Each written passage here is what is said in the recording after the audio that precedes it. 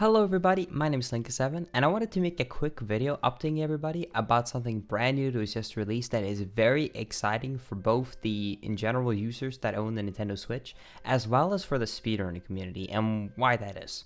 So if you're not aware, a couple of hours ago from me uploading this video now, a brand new system update was just released on the Nintendo Switch. Now, this brings a couple of really cool features such as new profile pictures, some activity stuff, bookmarking news, as well as transferring data over from SD card to console, just some nice life improvements. However, there is one that we're going to be focusing on in this video, and that is Mapable Buttons. Now, previously, you were not able to remap buttons at all. Sometimes in games, such as Breath of the Wild, you were able to change a button. For example, you could change so that the actual jump button could be switched with another button. But that's about it. Specific games had maybe one or two buttons you could switch, but not really much freedom. However, with this new update, you can change it on any controller for any single game. What you can simply do is go into System Settings and scroll down to the Controller section at the third option from the bottom. You don't want to click on the Change Button Mapping and you're going to get into the new menu. Now from here, you can do a lot of different things. You can remap all the buttons on each Joy-Con and each controller. On top of that as well, you're also going to be able to change, for example, so you can control the character with the right analog stick and change the camera with the left one if you so prefer. You can basically change whatever you want in these settings. Now, with this freedom in mind, why would this actually have a huge impact on speedrunning? Well, I'm going to give a couple of examples right away. So, first of all, ergonomics. A lot of people, including myself, do struggle with a bit of hand problems, and we do whatever we can to try and mitigate this. That's, for example, why I play with Joy-Cons, because it's the best controller for my hands. Now, for an easy example for me, I speedrun Breath of the Wild a lot.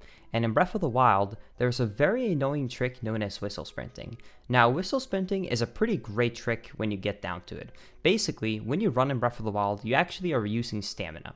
And when you are running out of stamina, you have to stop running. Now, if you hold in the whistle button, which is the D-pad down button, then you can start tapping the B button. Now, if you tap the B button while whistling, Link will sprint for about half a second, and then he's gonna stop sprinting because the game's gonna cancel it. But what that means is that if you keep holding the whistle button and you continuously tap the B button, then Link is gonna be running at 80% full movement speed from running. And this is not using any stamina whatsoever. Now, that's great, right? Well, here's the problem with that. If you want to actually whistle sprint, and you want to be able to move Link and the camera properly to actually have control over Link, that means you have to hold this very uncomfortable grip that you can see in the top right corner, where I basically need to control Link entirely with my index finger, use my thumb for the button, and then I need to also change the actual camera with my thumb while sliding my index finger over the B button to actually be able to keep tapping the B button to run. Now, as you can imagine, doing this over long speedruns are pretty difficult to get down in the first place, and it's also not great for your hands and it's pretty uncomfortable. Now, with this in mind, you have much more freedom with the settings. So, as an example in this video, I actually ended up remapping the ZL button to be the D-pad down, and as you can see now, I'm literally just holding in the left shoulder button, and I'm tapping the B button, and I'm able to whistle sprint without having to hold a claw grip. Now, obviously, this is not the best button for this, but that's the great thing with this, you have complete freedom. For this example as well, I also remapped the actual B button to be the ZR button, and as you can see now, I am actually able to fully control the C stick and the analog stick with both my thumbs, while still being able to whistle sprint and do this entire trick. This will also be useful for other games.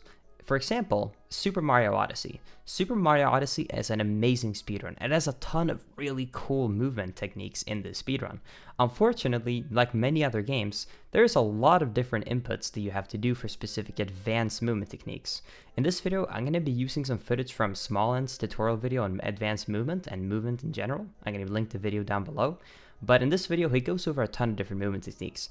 And if you go to the more advanced sections, what you're going to be noticing is that a lot of the more advanced movement is requiring you to do a lot of inputs. For example, ground pound, then, take away Cappy, then do a jump, basically 3-4 inputs back to back. And it can be kind of awkward to grip the controller and actually be able to change those inputs and press those buttons in the correct order. But now you could actually relearn your muscle memory to map these buttons to other buttons, which will make it a lot more viable to get some of these advanced movement techniques down. Because by changing them, you can maybe find a way to, slide your thumb over 2 or 3 buttons and allow to do these inputs without having to actually go ahead and, learn how to synchronize both the left and right hand, but instead changing it to a much easier method of doing this.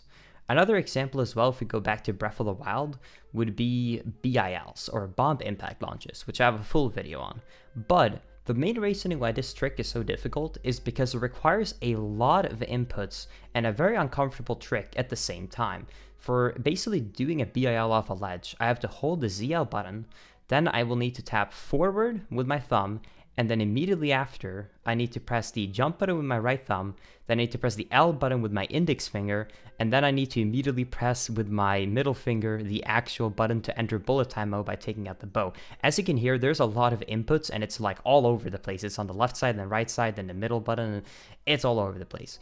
Now, if you built up the muscle memory instead with another button combination, maybe you could, map it to something else where you could just like do a button combination by pressing a rhythm of 3 fingers or something over 3 of the normal buttons to make this trick much more viable. So because of that, this is going to have a huge impact for both ergonomics, for hand health, as well as in general just making speedruns more consistent if you take the time to learn the muscle memory with your preferred remapping of the controller. So either way, that's going to be about for this video. I know it's a pretty short one, but I just wanted to quickly make a video right as the update was released to just update you guys on the amazing update for you to try it out yourself, and some little fun bits as well with this update that you might want to know. You can actually change the mappings as well, but after you change them, you can then save them. So you can save presets, you can save profiles that have specific mappings, and you can reset it really easily. So you can make different profiles so that you can actually, in a much easier manner, be able to end up having button combinations for specific parts which you would like. But either way, I'll wrap up this video here. Thank you guys so much for watching this quick update video. I do hope you appreciate it. Part 3 of my Breath of the Wild 100% speedrun should be released within the next few days, so I hope you stay tuned for that, as well as some other videos I have planned. But either way, thank you so much for watching. Be sure to subscribe to the YouTube channel. You can check out my Twitch channel if you want to watch speedruns live, and I will see you all in the next one. Later guys, bye bye.